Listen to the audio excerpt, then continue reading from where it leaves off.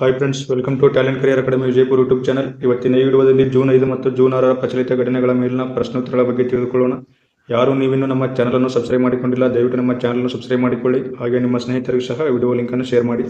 ಬನ್ನಿ ಹಾಗಾದರೆ ಮೊದಲನೇ ಪ್ರಶ್ನೆಯನ್ನು ನೋಡಿಕೊಳ್ಳೋಣ. 2024 ಲೋಕಸಭಾ ಚುನಾವಣೆಯಲ್ಲಿ ಭಾರತೀಯ ಜನತಾ ಪಕ್ಷವು ಎಷ್ಟು ಸ್ಥಾನಗಳನ್ನು ಗೆದ್ದಿದೆ ಎಂಬ ಪ್ರಶ್ನೆ ಇದೆ. ಇದಕ್ಕೆ ಸರಿಯಾದಂಥ ಉತ್ತರ 240.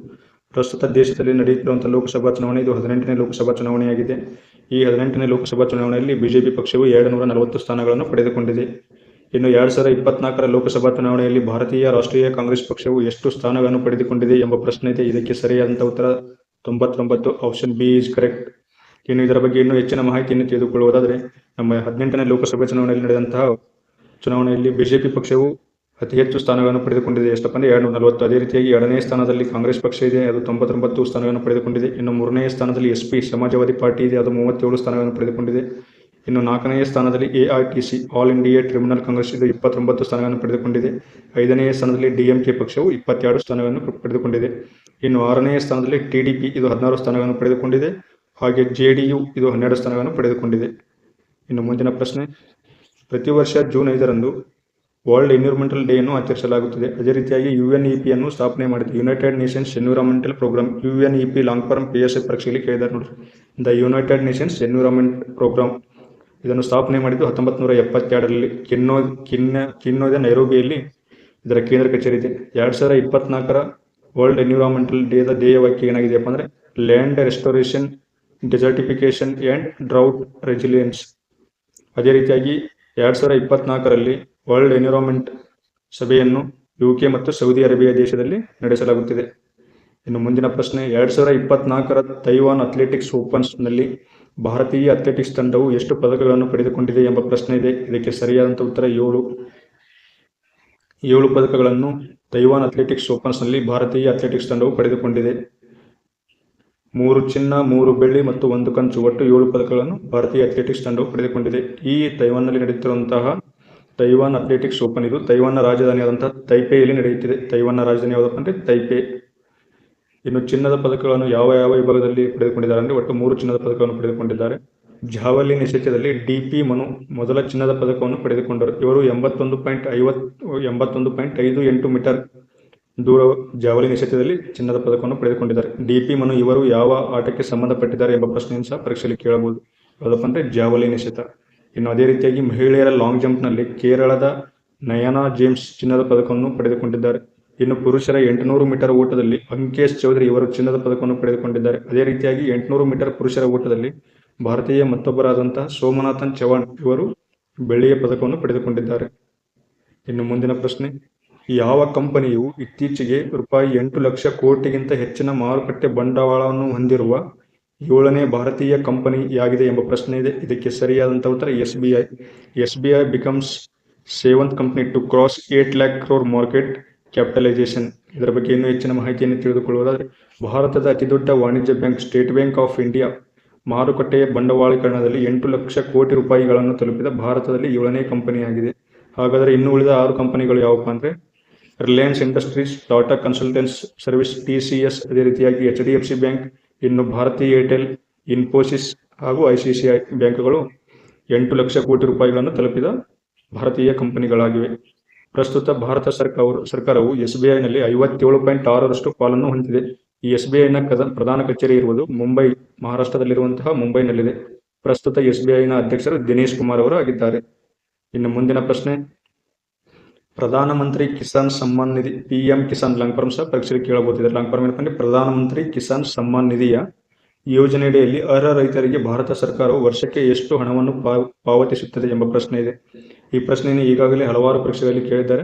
ಇದು ಪ್ರಸ್ತುತ ಪ್ರಚಲಿತ ಸುದ್ದಿಯಲ್ಲಿದೆ. ಅದು ಯಾವ ಕಾರಣಕ್ಕೆ ಸುದ್ದಿಯಲ್ಲಿದೆ ಎಂಬುದನ್ನು ಸಹ ತಿಳಿದುಕೊಳ್ಳೋಣ. ಆದರೆ ಪ್ರಧಾನಮಂತ್ರಿ ಕಿಸಾನ್ ಸಮ್ಮಾನ್ ನಿಧಿ ಯೋಜನೆಯಡಿಯಲ್ಲಿ ಅರ್ಹ ರೈತರಿಗೆ ಭಾರತ ಸರ್ಕಾರವು ಪ್ರತಿ ವರ್ಷ 6,000 ರೂಪಾಯಿಗಳನ್ನು ಪಾವತಿಸುತ್ತದೆ. ಕೇಂದ್ರ ಕೃಷಿ ಮತ್ತು ಕುಟುಂಬ ಕಲ್ಯಾಣ ಸಚಿವಾಲಯದ ಪ್ರಕಾರ ಜೂನ್ 2023ರಿಂದ ಮೇ 2024 ಅವಧಿಯಲ್ಲಿ ದೇಶಾದ್ಯಂತ 1,16,000 ರೈತರು ಪ್ರಧಾನಮಂತ್ರಿ ಕಿಸಾನ್ ಸಮ್ಮಾನ್ ನಿಧಿ ಯೋಜನೆಯಡಿಯಲ್ಲಿ ಸ್ವಯಂ ಪ್ರೇರಣೆಯಿಂದ ತಮ್ಮ ಪ್ರಯೋಜನಗಳನ್ನು ರದ್ದುಪಡಿಸಿಕೊಂಡಿದ್ದಾರೆ. ಒಂದೇ ಮನೆಯಲ್ಲಿ 2 ಅಥವಾ 3 ಜನ ಅಥವಾ ಸರ್ಕಾರಿ ನೌಕರಿಯನ್ನು ಪಡೆದುಕೊಂಡಂತಹ ವ್ಯಕ್ತಿಗಳು PM ಕಿಸಾನ್ ನಿಧಿಯಲ್ಲಿ ಹಣವನ್ನು ಪಡೆದುಕೊಳ್ಳುತ್ತಿದ್ದರು. ಆದರೆ ಇವರು ತಮ್ಮ ಸ್ವಹಿತಾಸಕ್ತಿಯಿಂದ ಈ ಒಂದು ಯೋಜನೆಯನ್ನು ತಾವಾಗಿ ತೆಗೆದುಕೊಂಡು ರದ್ದು ಮಾಡಿಕೊಂಡಿದ್ದಾರೆ. ಇನ್ನು ಈ PM ಕಿಸಾನ್ ಯೋಜನೆಯನ್ನು ಪ್ರಧಾನಿ ನರೇಂದ್ರ ಮೋದಿ ಅವರು ಫೆಬ್ರವರಿ 24, 2019ರಲ್ಲಿ ಉತ್ತರ ಪ್ರದೇಶದ ಗೋರಖ್ಪುರ್ನಲ್ಲಿ ಪ್ರಾರಂಭಿಸಿದರು. ಇದು 100% ಕೇಂದ್ರ ಪ್ರಾಯೋಜಿತ ಯೋಜನೆಯಾಗಿದೆ. ಇದರಲ್ಲಿ ಯಾವುದೇ ರೀತಿಯಾಗಿ ರಾಜ್ಯ ಸರ್ಕಾರವು ಹಣವನ್ನು ಪಾವತಿಸುವುದಿಲ್ಲ. 6,000 ರೂಪಾಯಿ ಸಂಪೂರ್ಣ ಹಣವನ್ನು ಕೇಂದ್ರ ಸರ್ಕಾರ ಪಾವತಿಸುತ್ತದೆ. ಈ ಯೋಜನೆಯನ್ನು ಸ್ವಯಂ ಪ್ರೇರಣೆಯಿಂದ ಕೈಬಿಟ್ಟ 1,16,000 ರೈತರಲ್ಲಿ ಬಿಹಾರ ರಾಜ್ಯದಲ್ಲಿ ಅತಿ ಹೆಚ್ಚು ರೈತ ಕುಟುಂಬಗಳು ಕೈಬಿಟ್ಟಿವೆ. ಅದೇ ರೀತಿಯಾಗಿ ನಂತರದ ಸ್ಥಾನದಲ್ಲಿ ಉತ್ತರ ಪ್ರದೇಶ, ರಾಜಸ್ಥಾನ್, ಮಹಾರಾಷ್ಟ್ರ ರಾಜ್ಯಗಳಿವೆ. ಇನ್ನು ಬಿಹಾರ ರಾಜ್ಯದಲ್ಲಿ 29,176 ಕುಟುಂಬಗಳು, ಅದೇ ರೀತಿಯಾಗಿ ಉತ್ತರ ಪ್ರದೇಶದಲ್ಲಿ 26,593 ರೈತ ಕುಟುಂಬಗಳು, ರಾಜಸ್ಥಾನದಲ್ಲಿ 10,343 ರೈತ ಕುಟುಂಬಗಳು ಈ ಒಂದು ಯೋಜನೆಯನ್ನು ಸ್ವಯಂ ಪ್ರೇರಣೆಯಿಂದ ಕೈಬಿಟ್ಟಿದ್ದಾರೆ. ಇನ್ನು ಮುಂದಿನ ಪ್ರಶ್ನೆ, ಇತ್ತೀಚೆಗೆ ನಿವೃತ್ತಿಯನ್ನು ಘೋಷಿಸಿದ ಕೇದಾರ್ ಜಾಧವ್ ಇವರು ಯಾವ ಕ್ರೀಡೆಗೆ ಸೇರಿದವರು ಎಂಬ ಪ್ರಶ್ನೆ ಇದೆ. ಇದಕ್ಕೆ ಸರಿಯಾದಂತಹ ಉತ್ತರ ಕ್ರಿಕೆಟ್. ಆಲ್ರೌಂಡರ್ ಕ್ರಿಕೆಟರ್ ಆದಂತಹ ಕೇದಾರ್ ಜಾಧವ್ ಇವರು ಇತ್ತೀಚೆಗೆ ಎಲ್ಲ ಮಾದರಿಯ ಅಂತಾರಾಷ್ಟ್ರೀಯ ಕ್ರಿಕೆಟ್ನಿಂದ ನಿವೃತ್ತಿಯನ್ನು ಘೋಷಿಸಿದ್ದಾರೆ. 39 ವರ್ಷದ ಭಾರತದ ಮಾಜಿ ಆಲ್ರೌಂಡರ್ ಕೇದಾರ್ ಜಾಧವ್ ಎಲ್ಲ ಮಾದರಿಯ ಕ್ರಿಕೆಟ್ಗೆ ನಿವೃತ್ತಿಯನ್ನು ಘೋಷಿಸಿದ್ದಾರೆ. ಇವರು ಕ್ರಿಕೆಟ್ನಿಂದ ನಿವೃತ್ತಿಯನ್ನು ಘೋಷಿಸಿದ 2024ರಲ್ಲಿ 2ನೇ ಭಾರತೀಯ ಮಾಜಿ ಕ್ರಿಕೆಟಿಗರಾಗಿದ್ದಾರೆ. ಇವರಿಗಿಂತ ಮುಂಚೆ ಇತ್ತೀಚೆಗೆ ಭಾರತದಲ್ಲಿ ಮಾಜಿ ವಿಕೆಟ್ ಕೀಪರ್ ಹಾಗೂ ಬ್ಯಾಟ್ಸ್ಮನ್ ಆದಂತಹ ದಿನೇಶ್ ಕಾರ್ತಿಕ್ ಅವರು ತಮ್ಮ ಕೊನೆಯ ಇಂಡಿಯನ್ ಪ್ರೀಮಿಯರ್ ಲೀಗ್ IPL ಪಂದ್ಯವನ್ನು ರಾಯಲ್ ಚಾಲೆಂಜರ್ ಬೆಂಗಳೂರು ಪರ ಆಡಿ ನಂತರ ನಿವೃತ್ತಿಯನ್ನು ಘೋಷಿಸಿದ್ದಾರೆ. ಇನ್ನು ಮುಂದಿನ ಪ್ರಶ್ನೆ, ಸ್ಪಾನಿಷ್ ಫುಟ್ಬಾಲ್ ದೈತ್ಯ ರಿಯಲ್ ಮ್ಯಾಡ್ರಿಡ್ ತಂಡ 2024ರ UEFA ಚಾಂಪಿಯನ್ಸ್ ಲೀಗ್ ಅನ್ನು 15ನೇ ಬಾರಿ ಫೈನಲ್ನಲ್ಲಿ ಜರ್ಮನ್ ಫುಟ್ಬಾಲ್ ಕ್ಲಬ್ನ ಬೋರುಸಿಯಾ ಡಾರ್ಟ್ಮಂಡ್ ಅನ್ನು ಸೋಲಿಸುವ ಮುಖಾಂತರ ಪಡೆದುಕೊಂಡಿದೆ. ರಿಯಲ್ ಮ್ಯಾಡ್ರಿಡ್ ಲಿಪ್ಸ್ ಇದು 15ನೇ ಬಾರಿ ಸ್ಪ್ಯಾನಿಷ್ ಫುಟ್ಬಾಲ್ನ ಚಾಂಪಿಯನ್ಸ್ ಆಗಿದೆ. ಇನ್ನು ಮುಂದಿನ ಪ್ರಶ್ನೆ, ಒಡಿಶಾ ವಿಧಾನಸಭಾ ಚುನಾವಣೆಯಲ್ಲಿ ಯಾವ ಪಕ್ಷವು ಹೆಚ್ಚು ಸ್ಥಾನಗಳನ್ನು ಪಡೆದುಕೊಂಡಿದೆ ಎಂಬ ಪ್ರಶ್ನೆ ಇದೆ. ಇದಕ್ಕೆ ಸರಿಯಾದಂತಹ ಉತ್ತರ ಭಾರತೀಯ ಜನತಾ ಪಕ್ಷ. ಒಡಿಶಾ ವಿಧಾನಸಭೆಯಲ್ಲಿ ಒಟ್ಟು 147 ಸ್ಥಾನಗಳನ್ನು ಹೊಂದಿದೆ. ಈ ಒಂದು ಚುನಾವಣೆಯಲ್ಲಿ ಭಾರತೀಯ ಜನತಾ ಪಕ್ಷವು 78 ಸ್ಥಾನಗಳನ್ನು ಪಡೆದುಕೊಂಡಿದೆ. ಅದೇ ರೀತಿಯಾಗಿ ಬಿಜು ಜನತಾದಳ BJD ಪಕ್ಷವು 51 ಸ್ಥಾನವನ್ನು ಪಡೆದುಕೊಂಡಿದೆ. ಇನ್ನು ಕಾಂಗ್ರೆಸ್ ಪಕ್ಷವು 14 ಸ್ಥಾನಗಳನ್ನು ಪಡೆದುಕೊಂಡಿದೆ. ಕಮ್ಯುನಿಸ್ಟ್ ಪಾರ್ಟಿ ಆಫ್ ಇಂಡಿಯಾ, ಮಾರ್ಕ್ಸ್ವಾದಿ, CPIM ಇದು 1 ಸ್ಥಾನವನ್ನು ಪಡೆದುಕೊಂಡಿದೆ. ಹಾಗೆ ಇತರೆ ಸ್ವತಂತ್ರ ಅಭ್ಯರ್ಥಿಗಳು 3 ಸ್ಥಾನಗಳನ್ನು ಪಡೆದುಕೊಂಡಿದ್ದಾರೆ. ಇದಿಷ್ಟು ಒಡಿಶಾ ವಿಧಾನಸಭೆ ಚುನಾವಣೆ ಬಗ್ಗೆ ಮಾಹಿತಿ. ಇನ್ನು ಆಂಧ್ರ ಪ್ರದೇಶ ವಿಧಾನಸಭೆ ಚುನಾವಣೆ ಬಗ್ಗೆ ನೋಡಿಕೊಳ್ಳೋಣ. ಇದು ಸಹ ಇತ್ತೀಚೆಗೆ ನಡೆದಿತ್ತು. ಆಂಧ್ರ ಸಭೆಯ ಒಟ್ಟು ವಿಧಾನಸಭೆಯಲ್ಲಿ 175 ಸ್ಥಾನಗಳನ್ನು ಹೊಂದಿದೆ. ಇದರಲ್ಲಿ ತೆಲುಗು ದೇಶಂ ಪಾರ್ಟಿ TDP ಇದು 135 ಸ್ಥಾನಗಳನ್ನು ಪಡೆದುಕೊಂಡಿದೆ. ಅದೇ ರೀತಿಯಾಗಿ ಜನಸೇನಾ ಪಕ್ಷ, ಪವನ್ ಕಲ್ಯಾಣ್ ಅವರ ಜನಸೇನಾ ಪಕ್ಷ 21 ಸ್ಥಾನಗಳನ್ನು ಪಡೆದುಕೊಂಡಿದೆ. ಈ TDP ಪಕ್ಷವು ಚಂದ್ರಬಾಬು ನಾಯ್ಡು ಅವರಿಗೆ ಸಂಬಂಧಿಸಿದೆ. ಇನ್ನು ಭಾರತೀಯ ಜನತಾ ಪಕ್ಷ BJP ಪಕ್ಷವು ಇಲ್ಲಿ 8 ಸ್ಥಾನಗಳನ್ನು ಪಡೆದುಕೊಂಡಿದೆ. ಅದೇ ರೀತಿಯಾಗಿ YSR ಕಾಂಗ್ರೆಸ್ ಪಕ್ಷ, ಜಗನ್ಮೋಹನ್ ರೆಡ್ಡಿ ಅವರ ಪಕ್ಷವು 11 ಸ್ಥಾನಗಳನ್ನು ಪಡೆದುಕೊಂಡು ಕುಸಿತಕ್ಕೆ ಒಳಗಾಗಿದೆ. ಇನ್ನು ಮುಂದಿನ ಪ್ರಶ್ನೆ, ವಿಶ್ವದ ಟಾಪ್ 150 ವಿಶ್ವವಿದ್ಯಾಲಯಗಳಲ್ಲಿ IIT ಬಾಂಬೆ ಮತ್ತು ದೆಹಲಿ ವಿಶ್ವವಿದ್ಯಾಲಯಗಳು ಸ್ಥಾನವನ್ನು ಪಡೆದುಕೊಂಡಿದ್ದಾವೆ. ಲಂಡನ್ನಲ್ಲಿ ಕೇಂದ್ರ ಕಚೇರಿ ಹೊಂದಿರುವ ಕ್ವಾಕರ್ ಹಾಲಿಸ್ ಸೈಮನ್ಸ್ ವಿಶ್ವದ ಪ್ರತಿಷ್ಠಿತ ವಿಶ್ವವಿದ್ಯಾಲಯಗಳ ರ್ಯಾಂಕಿಂಗ್ ಪಟ್ಟಿಯನ್ನು ಬಿಡುಗಡೆ ಮಾಡುತ್ತದೆ. ಅದರಲ್ಲಿ IIT ಬಾಂಬೆ ಮತ್ತು IIT ದೆಹಲಿ ಟಾಪ್ 150ರೊಳಗೆ ಸ್ಥಾನವನ್ನು ಪಡೆದುಕೊಂಡಿವೆ.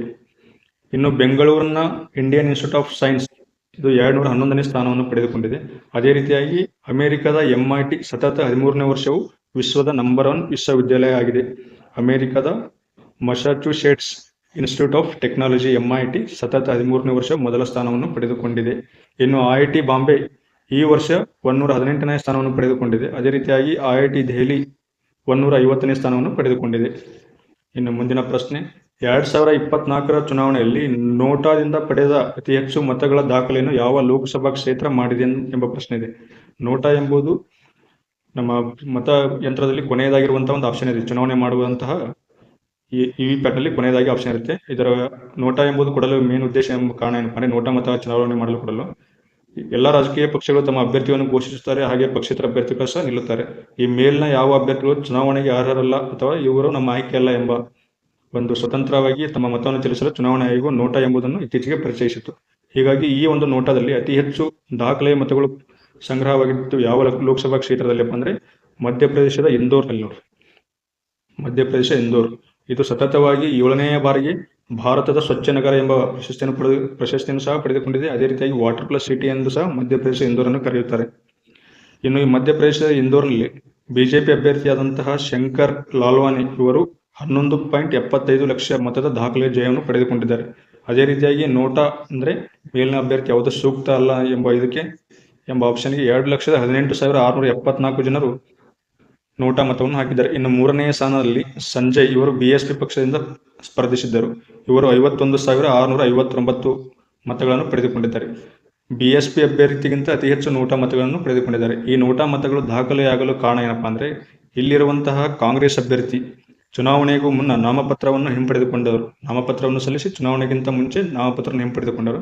ಹೀಗಾಗಿ ಕಾಂಗ್ರೆಸ್ ಪಕ್ಷವು ತಮ್ಮ ಅಭ್ಯರ್ಥಿ ನಾಮಪತ್ರ ಹಿಂತೆಗೆದುಕೊಂಡು ಬಿಜೆಪಿ ಹೋಗ್ತಾರೆ. ಆ ಸಮಯದಲ್ಲಿ ಕಾಂಗ್ರೆಸ್ ಪಕ್ಷವು ಮತದಾರರಿಗೆ ನೋಟಾ ಮತವನ್ನು ಚಲಾವಣೆ ಮಾಡಲು ನಿರ್ದೇಶನ ನೀಡುತ್ತದೆ. ಹೀಗಾಗಿ ಅತಿ ಹೆಚ್ಚು ನೋಟಾ ಮತಗಳು ಇಲ್ಲಿ ದಾಖಲಾಗಿವೆ. ಇನ್ನು 2019ರ ಲೋಕಸಭಾ ಚುನಾವಣೆಯಲ್ಲಿ ಬಿಜೆಪಿ ಅಭ್ಯರ್ಥಿಯಾದಂಥ CR ಪಾಟೀಲ್ ಇವರು 6.89 ಲಕ್ಷಗಳ ಮತ ಅಂತರದಲ್ಲಿ ಗೆದ್ದಿದ್ದರು. ಈಗ ಅವರಿಗಿಂತ ಹೆಚ್ಚು ಅಂತರದಲ್ಲಿ ಯಾರು ಗೆದ್ದಿದ್ದಾರೆ? ಶಂಕರ್ ಲಾಲ್ವಾನಿ ಇವರು ಮಧ್ಯಪ್ರದೇಶ ಇಂದೋರ್ನ ಬಿಜೆಪಿ ಅಭ್ಯರ್ಥಿಯವರು ಗೆದ್ದಿದ್ದಾರೆ. ಇನ್ನು ಇವರ ಬಗ್ಗೆ ಇನ್ನೂ ಹೆಚ್ಚಿನ ಮಾಹಿತಿಯನ್ನು ತಿಳಿದುಕೊಳ್ಳುವುದಾದರೆ, ಮಧ್ಯಪ್ರದೇಶದ ಇಂದೋರ್ ಅಭ್ಯರ್ಥಿ ಶಂಕರ್ ಲಾಲ್ವಾನಿ ಇವರು 10,08,077 ಮತಗಳ ಅಂತರದಿಂದ ಗೆಲುವನ್ನು ಸಾಧಿಸಿದ್ದಾರೆ. ಅದೇ ರೀತಿಯಾಗಿ ನೋಟಾಗಿ ಒಟ್ಟು ಮತ ಚಲಾವಣೆಯಾಗಿದ್ದು 2,18,674 ಮತಗಳು. ನೋಟಾದ ನಂತರ BSP ಅಭ್ಯರ್ಥಿಯಾದಂಥ ಸಂಜಯ್ ಸೋಲಂಕಿ ಇವರು 51,659 ಮತಗಳನ್ನು ಪಡೆದುಕೊಂಡಿದ್ದಾರೆ. ಇನ್ನು ಮುಂದಿನ ಪ್ರಶ್ನೆ, ಯಾವ ಸಂಸ್ಥೆಯು ಇತ್ತೀಚೆಗೆ DRDO ಇಂಡಸ್ಟ್ರಿ ಅಕಾಡೆಮಿಯ ಸೆಂಟರ್ ಆಫ್ ಎಕ್ಸಲೆನ್ಸ್ ಅನ್ನು ಸ್ಥಾಪಿಸಿದೆ ಎಂಬ ಪ್ರಶ್ನೆ ಇದೆ. ಇದಕ್ಕೆ ಸರಿಯಾದ ಉತ್ತರ IIT ಕಾನ್ಪುರ್. ಇದು DRDO ಸಹಯೋಗದೊಂದಿಗೆ ಮುಂದಿನ ರಕ್ಷಣಾ ತಂತ್ರಜ್ಞಾನದಲ್ಲಿ ಅಂತರ್ಶಿಸ್ತೀಯ ಸಂಶೋಧನೆಗಾಗಿ DRDO industry academy centre of excellence ಅನ್ನು ಸ್ಥಾಪಿಸಿದೆ. ಇನ್ನು ಮುಂದಿನ ಪ್ರಶ್ನೆ, ಇತ್ತೀಚೆಗೆ ಸಶಸ್ತ್ರ ಪಡೆಗಳ ವೈದ್ಯಕೀಯ ಸೇವೆಗಳು AFMS armed forces medical service collaborates ಸಂಶೋಧನೆಗೆ ಮತ್ತು ತರಬೇತಿಯಲ್ಲಿ ಸಹಯೋಗಿಸಲು ಯಾವ IIT ಯೊಂದಿಗೆ ಒಪ್ಪಂದಕ್ಕೆ ಸಹಿ ಹಾಕಿದೆ ಎಂಬ ಪ್ರಶ್ನೆ ಇದೆ. ಇದಕ್ಕೆ ಸರಿಯಾದಂಥ ಉತ್ತರ IIT ಹೈದರಾಬಾದ್. ಸಶಸ್ತ್ರ ಪಡೆಗಳ ವೈದ್ಯಕೀಯ ಸೇವೆಗಳು ಮತ್ತು IIT ಹೈದರಾಬಾದ್ ಸಂಶೋಧನೆ ಮತ್ತು ತರಬೇತಿಯಲ್ಲಿ ಸಹಯೋಗಿಸಲು ಒಂದು ತಿಳುವಳಿಕೆ ಒಪ್ಪಂದಕ್ಕೆ ಸಹಿ ಹಾಕಿವೆ. ಈ ಪಾಲುದಾರಿಕೆಯು ವೈದ್ಯಕೀಯ ಸಾಧನಗಳನ್ನು ಆವಿಷ್ಕರಿಸಲು ಮತ್ತು ವಿವಿಧ ಭೂ ಪ್ರದೇಶಗಳಲ್ಲಿ ಸೈನಿಕರಿಗೆ ಆರೋಗ್ಯ ಸೇವೆಗಳನ್ನು ಪರಿಹರಿಸುವ ಗುರಿಯನ್ನು ಹೊಂದಿದೆ. ಅದೇ ರೀತಿಯಾಗಿ ಇತ್ತೀಚಿನ ಸರ್ಕಾರಿ ಅಂಕಿಅಂಶಗಳ ಪ್ರಕಾರ 2023-24ರಲ್ಲಿ ಭಾರತವು ಯಾವ ದೇಶದಿಂದ ಅತಿ ಹೆಚ್ಚು FDI ಅನ್ನು ಪಡೆದುಕೊಂಡಿದೆ ಎಂಬ ಪ್ರಶ್ನೆ ಇದೆ. FDI ಅಂದರೆ ನಮ್ಮ ಭಾರತ ದೇಶಕ್ಕೆ ಬೇರೆ ದೇಶದಿಂದ ಯಾವ ದೇಶವು ಅತಿ ಹೆಚ್ಚು ಹಣವನ್ನು ಹೂಡಿಕೆ ಮಾಡಿದೆ ಎಂಬ ಪ್ರಶ್ನೆ. ಇದಕ್ಕೆ ಸರಿಯಾದಂಥ ಉತ್ತರ ಸಿಂಗಾಪುರ್ ದೇಶವು ನಮ್ಮ ಭಾರತ ದೇಶದಲ್ಲಿ ಅತಿ ಹೆಚ್ಚು FDIಗೆ ಹಣವನ್ನು ಹೂಡಿಕೆ ಮಾಡಿದೆ. ಫಾರಿನ್ ಡೈರೆಕ್ಟ್ ಇನ್ವೆಸ್ಟ್ಮೆಂಟ್ FDI ಅಂದರೆ 2023-24ರಲ್ಲಿ ಸರ್ಕಾರದ ಅಂಕಿಅಂಶಗಳ ಪ್ರಕಾರ 31.55 ಕುಸಿತದ ಹೊರತಾಗಿಯೂ ಭಾರತವು ಸಿಂಗಾಪುರದಿಂದ ಅತಿ ಹೆಚ್ಚು ವಿದೇಶಿ ನೇರ ಹೂಡಿಕೆ FDI ಫಾರಿನ್ ಡೈರೆಕ್ಟ್ ಇನ್ವೆಸ್ಟ್ಮೆಂಟ್ ಅನ್ನು ಸ್ವೀಕರಿಸಿದೆ. ಇದು $11.77 ಬಿಲಿಯನ್ ಆಗಿದೆ. ಇನ್ನು ಮುಂದಿನ ಪ್ರಶ್ನೆ, ಇತ್ತೀಚೆಗೆ US ನೇತೃತ್ವದ ಇಂಡೋ ಪೆಸಿಫಿಕ್ ಆರ್ಥಿಕ ಚೌಕಟ್ಟಿನ ಮಂತ್ರಿಸಭೆ ಎಲ್ಲಿ ನಡೆಯಿತು ಎಂಬ ಪ್ರಶ್ನೆ ಇದೆ. ಇದಕ್ಕೆ ಸರಿಯಾದಂಥ ಉತ್ತರ ಸಿಂಗಾಪುರ್ನಲ್ಲಿ ಇತ್ತೀಚೆಗೆ ಯುನೈಟೆಡ್ ಸ್ಟೇಟ್ಸ್ ನೇತೃತ್ವದಲ್ಲಿ ಇಂಡೋ ಪೆಸಿಫಿಕ್ ಆರ್ಥಿಕ ಚೌಕಟ್ಟಿನ ಮಂತ್ರಿಸಭೆ ನಡೆಸಲಾಯಿತು. ಇನ್ನು ಮೂರನೇ ಸಲ ಬಾಹ್ಯಾಕಾಶಕ್ಕೆ ಸುನಿತಾ ವಿಲಿಯಮ್ಸ್ ಇವರು ಪ್ರಯಾಣವನ್ನು ಬೆಳೆಸಲಿದ್ದಾರೆ. ಸತತ 2 ವೈಫಲ್ಯ ಬಳಿಕ ಭಾರತೀಯ ಮೂಲದ ಗಗನಯಾತ್ರಿಯಾದಂಥ ಸುನಿತಾ ವಿಲಿಯಮ್ಸ್ 3ನೇ ಬಾರಿಗೆ ಬಾಹ್ಯಾಕಾಶ ಪ್ರಯಾಣ ಕೈಗೊಂಡಿದ್ದಾರೆ. ಈ ಪ್ರಯಾಣವನ್ನು ಅಮೆರಿಕದ ಬಾಹ್ಯಾಕಾಶ ಸಂಸ್ಥೆ ನಾಸಾದ ಬೋಯಿಂಗ್ ಸ್ಟಾರ್ಲೈನರ್ ಬಾಹ್ಯಾಕಾಶ ನೌಕೆಯಲ್ಲಿ ಬಾಹ್ಯಾಕಾಶಕ್ಕೆ ಯಶಸ್ವಿಯಾಗಿ ಪ್ರಯಾಣವನ್ನು ಬೆಳೆಸಿದ್ದಾರೆ. ಇವರ ಜೊತೆಗೆ ವಿಲಿಯಮ್ಸ್ ಹೊರತಾಗಿಯೂ ಬುಚ್ ವಿಲ್ಮರ್ ಕೂಡ ಅಂತರಿಕ್ಷ ಪ್ರಯಾಣ ಕೈಗೊಳ್ಳಲಿದ್ದಾರೆ. ಸುನಿತಾ ಮತ್ತು ಬುಚ್ ವಿಲ್ಮರ್ 1 ವಾರ ಬಾಹ್ಯಾಕಾಶದಲ್ಲಿ ಉಳಿಯಲಿದ್ದಾರೆ. ಈ ಒಂದು ಬಾಹ್ಯಾಕಾಶ ಯಾನವನ್ನು ಮಾಡಿದ 2ನೇ ಖಾಸಗಿ ಕಂಪನಿಯಾಗಲಿದೆ. ಯಾವುದಪ್ಪ ಅಂದರೆ ಬೋಯಿಂಗ್. ಇವರಿಗಿಂತ ಮುಂಚೆ ಅಮೆರಿಕಾದಲ್ಲಿರುವಂಥ ಎಲಾನ್ ಮಸ್ಕರ ಸ್ಟಾರ್ಲಿಂಕ್ ನೌಕೆ ಸಹ ಬಾಹ್ಯಾಕಾಶಕ್ಕೆ ಪ್ರಯಾಣವನ್ನು ಬೆಳೆಸಿತ್ತು. ಅದೇ ರೀತಿಯಾಗಿ 2ನೇ ಸಂಸ್ಥೆಯಾಗಿ ಅಮೆರಿಕದ ಬೋಯಿಂಗ್ ಸಂಸ್ಥೆಯು ವಿಶ್ವ ದಾಖಲೆಯನ್ನು ಮಾಡಲಿದೆ. ಇನ್ನು ಸುನಿತಾ ವಿಲಿಯಮ್ಸ್ ಇವರು ಮೊದಲ ಬಾರಿಗೆ 2006ರಲ್ಲಿ ಬಾಹ್ಯಾಕಾಶ ಪ್ರಯಾಣವನ್ನು ಮಾಡಿದರು. ಅದೇ ರೀತಿಯಾಗಿ 2012ರಲ್ಲಿ ಸಹ ಬಾಹ್ಯಾಕಾಶ ಪ್ರಯಾಣವನ್ನು ಮಾಡಿದರು. ಈಗ ಮಾಡುತ್ತಿರುವಂತಹ ಬಾಹ್ಯಾಕಾಶ ನೌಕೆಯ ಪ್ರಯಾಣ 3ನೇ ಬಾರಿಯಾಗಿದೆ. ಇನ್ನು ಮುಂದಿನ ಪ್ರಶ್ನೆ, 25 ವರ್ಷದ ಶಾಂಭವಿ ಚೌಧರಿ ಇವರು ಅತ್ಯಂತ ಕಿರಿಯ ಸಂಸದೆಯಾಗಿ ಆಯ್ಕೆಯಾಗಿದ್ದಾರೆ. 18ನೇ ಲೋಕಸಭೆ ಚುನಾವಣೆಯಲ್ಲಿ ನಮ್ಮ ಭಾರತ ದೇಶದ ಅತ್ಯಂತ ಕಿರಿಯ ಸಂಸದೆ ಎಂಬ ಪಾತ್ರರಾದವರು ಯಾರಪ್ಪ ಅಂದರೆ ಶಾಂಭವಿ ಚೌಧರಿ. ಇವರು ಉತ್ತರ ಬಿಹಾರದ ಸಮಷ್ಟಿಪುರ್ ಲೋಕಸಭಾ ಕ್ಷೇತ್ರದಿಂದ ಲೋಕ ಜನಶಕ್ತಿ ಪಕ್ಷ RVP ಇದು NDA ಮೈತ್ರಿಕೂಟದ ಅಭ್ಯರ್ಥಿಯಾಗಿ ಸ್ಪರ್ಧಿಸಿದ 25 ವರ್ಷದ ಶಾಂಭವಿ ಚೌಧರಿ ಇವರು ಆಯ್ಕೆಯಾಗಿದ್ದಾರೆ. ಅದೇ ರೀತಿಯಾಗಿ ನಮ್ಮ ಕರ್ನಾಟಕ ರಾಜ್ಯದಿಂದ ಆಯ್ಕೆಯಾದಂಥ ಅತ್ಯಂತ ಹಿರಿಯ ಸಂಸದರು ಯಾರಪ್ಪ ಅಂದರೆ ಗೋವಿಂದ್ ಕಾರಜೋಳ್ ಇವರು ಚಿತ್ರದುರ್ಗ ಲೋಕಸಭಾ ಕ್ಷೇತ್ರದಿಂದ ಸ್ಪರ್ಧಿಸಿದ್ದರು. ಅದೇ ರೀತಿಯಾಗಿ ನಮ್ಮ ರಾಜ್ಯದಿಂದ ಆಯ್ಕೆಯಾದಂಥ ಅತ್ಯಂತ ಕಿರಿಯ ಸಂಸದ ಯಾರಪ್ಪ ಅಂದರೆ ಸಾಗರ್ ಖಂಡ್ರೆ. ಇವರು ಬೀದರ್ ಲೋಕಸಭಾ ಕ್ಷೇತ್ರದಿಂದ ಕಾಂಗ್ರೆಸ್ ಅಭ್ಯರ್ಥಿಯಾಗಿ ಸ್ಪರ್ಧಿಸಿದ್ದರು. ಇವರಿಗೆ 26 ವಯಸ್ಸಾಗಿದೆ ಸಾಗರ್ ಖಂಡ್ರೆ ಅವರಿಗೆ. ಇನ್ನು ಮುಂದಿನ ಪ್ರಶ್ನೆ, ವಿಶ್ವಕಪ್ ಗೆಲ್ಲುವ ತಂಡಕ್ಕೆ 20.35 ಕೋಟಿ ನಗದು. ಇತ್ತೀಚೆಗೆ ಅಮೆರಿಕದಲ್ಲಿ ನಡೆಯುತ್ತಿರುವಂತಹ T20 ವಿಶ್ವಕಪ್ ಪ್ರಶಸ್ತಿಯ ಮೊತ್ತವನ್ನು ICC ನಗದು ಮೊತ್ತವನ್ನು ಹೆಚ್ಚಿಗೆ ಮಾಡಿದೆ. ಆದರೆ ಈ ಹಿಂದೆ ಕಳೆದ ಬಾರಿ ಗೆದ್ದ ಇಂಗ್ಲೆಂಡ್ ತಂಡಕ್ಕೆ 13.2 ಕೋಟಿ ರೂಪಾಯಿ ಹಣವನ್ನು ನೀಡಲಾಗಿತ್ತು. 13.2 ಕೋಟಿ ರೂಪಾಯಿ. ಪ್ರಸ್ತುತ ಈ ಬಾರಿ ವಿಶ್ವಕಪ್ ತಂಡವನ್ನು ಯಾವ ತಂಡ ಗೆಲ್ಲುತ್ತೆ ಆ ತಂಡಕ್ಕೆ 20.35 ಕೋಟಿ ರೂಪಾಯಿ ಹಣವನ್ನು ನೀಡಲಿದೆ. ಅದೇ ರೀತಿಯಾಗಿ ರನ್ನರ್ ಅಪ್ ಆಗಿರುವ ತಂಡಕ್ಕೆ 10.6 ಕೋಟಿ ಹಣ ದೊರಕಲಿದೆ. ಎಷ್ಟಪ್ಪ ಅಂದರೆ 10.6 ಕೋಟಿ ಹಣ. ಇನ್ನು ಮುಂದಿನ ಪ್ರಶ್ನೆ, ರಾಜ್ಯದಿಂದ ಈ ಸಲ ಒಟ್ಟು ಲೋಕಸಭೆಗೆ 20 ಮಂದಿ ಹೊಸದಾಗಿ ಆಯ್ಕೆಯಾಗಿದ್ದಾರೆ. ನೋಡ್ರಿ, ನಮ್ಮ ಕರ್ನಾಟಕ ರಾಜ್ಯದಿಂದ ಈ ಸಾರಿ ಲೋಕಸಭೆಗೆ 20 ಜನ ಹೊಸ ಅಭ್ಯರ್ಥಿಗಳು ಆಯ್ಕೆಯಾಗಿದ್ದಾರೆ. ಅವರು ಯಾರ್ಯಾರಪ್ಪ ಅಂದರೆ, ಮೊದಲನೆಯದಾಗಿ ಕಾಂಗ್ರೆಸ್ ಪಕ್ಷದಲ್ಲಿ ಆಯ್ಕೆಯಾದಂಥ ಅಭ್ಯರ್ಥಿಗಳ ಬಗ್ಗೆ ತೆಗೆದುಕೊಳ್ಳೋಣ. ಬೀದರ್ನಲ್ಲಿ ಸಾಗರ್ ಖಂಡ್ರೆ, ರಾಯಚೂರಿನ ಕುಮಾರ್ ನಾಯಕ್, ಅದೇ ರೀತಿಯಾಗಿ ಬಳ್ಳಾರಿಯ ತುಕಾರಾಮ್, ಚಿಕ್ಕೋಡಿಯ ಪ್ರಿಯಾಂಕಾ ಜಾರಕಿಹೊಳಿ, ದಾವಣಗೆರೆಯ ಪ್ರಭಾ ಮಲ್ಲಿಕಾರ್ಜುನ್, ಗುಲ್ಬರ್ಗಾದ ರಾಧಾಕೃಷ್ಣ, ಕೊಪ್ಪಳದ ರಾಜಶೇಖರ್, ಹಾಸನದ ಶ್ರೇಯಸ್, ಚಾಮರಾಜನಗರದ ಸುನಿಲ್ ಬೋಸ್ ಇವರು ಮೊದಲ ಬಾರಿಗೆ ಕಾಂಗ್ರೆಸ್ನಿಂದ ಸ್ಪರ್ಧಿಸಿ ಆಯ್ಕೆಯಾಗಿದ್ದಾರೆ. ಅದೇ ರೀತಿಯಾಗಿ ಬಿಜೆಪಿಯಿಂದ ಸ್ಪರ್ಧಿಸಿದ್ದ ಬೆಂಗಳೂರು ಗ್ರಾಮಾಂತರದ ಡಾಕ್ಟರ್ CN ಮಂಜುನಾಥ್, ತುಮಕೂರಿನ ವಿ ಸೋಮಣ್ಣ, ಮೈಸೂರಿನ ಯದುವೀರ ರಾಜ ಒಡೆಯರ್, ಉಡುಪಿ ಚಿಕ್ಕಮಗಳೂರು ಕ್ಷೇತ್ರದ ಕೋಟಾ ಶ್ರೀನಿವಾಸ್ ಪೂಜಾರಿ, ಚಿತ್ರದುರ್ಗದ ಗೋವಿಂದ ಕಾರಜೋಳ್, ಬೆಳಗಾವಿಯ ಜಗದೀಶ್ ಶೆಟ್ಟರ್, ಚಿಕ್ಕಬಳ್ಳಾಪುರದ ಡಾಕ್ಟರ್ K ಸುಧಾಕರ್, ಹಾವೇರಿಯ ಬಸವರಾಜ ಬೊಮ್ಮಾಯಿ, ಉತ್ತರ ಕನ್ನಡದ ಹೆಗಡೆ ಕಾಗೇರಿ, ಇನ್ನು ದಕ್ಷಿಣ ಕನ್ನಡದ ಬಿಜೆಪಿ ಅಭ್ಯರ್ಥಿಯಾದಂಥ ಮಾಜಿ ಸೈನಿಕ ಕ್ಯಾಪ್ಟನ್ ಬ್ರಿಜೇಶ್ ಚೌಟಾ, ಅದೇ ರೀತಿಯಾಗಿ ಕೋಲಾರದ JDS ಅಭ್ಯರ್ಥಿ ಮಲ್ಲೇಶ್ ಇವರು ಮೊದಲ ಬಾರಿಗೆ ಸಂಸತ್ತನ್ನು ಪ್ರವೇಶಿಸಲಿದ್ದಾರೆ. ಇದಿಷ್ಟು ಈ ವಿಡಿಯೋದಲ್ಲಿನ ಮಾಹಿತಿ. ಯಾರು ನೀವಿನ್ನೂ ನಮ್ಮ ಚಾನಲನ್ನು ಸಬ್ಸ್ಕ್ರೈಬ್ ಮಾಡಿಕೊಂಡಿಲ್ಲ, ದಯವಿಟ್ಟು ನಮ್ಮ ಚಾನಲ್ ಸಬ್ಸ್ಕ್ರೈಬ್ ಮಾಡಿಕೊಳ್ಳಿ. ಹಾಗೆ ನಿಮ್ಮ ಸ್ನೇಹಿತರಿಗೂ ಸಹ ಈ ವಿಡಿಯೋ ಲಿಂಕನ್ನು ಶೇರ್ ಮಾಡಿ. ಈ ಒಂದು ವಿಡಿಯೋದ ಬಗ್ಗೆ ಏನಾದರೂ ಅಭಿಪ್ರಾಯ ಹಾಗೂ ಸಲಹೆಗಳಿದ್ದರೆ ಕಮೆಂಟ್ ಬಾಕ್ಸ್ನಲ್ಲಿ ತಿಳಿಸಿ. ಧನ್ಯವಾದಗಳು.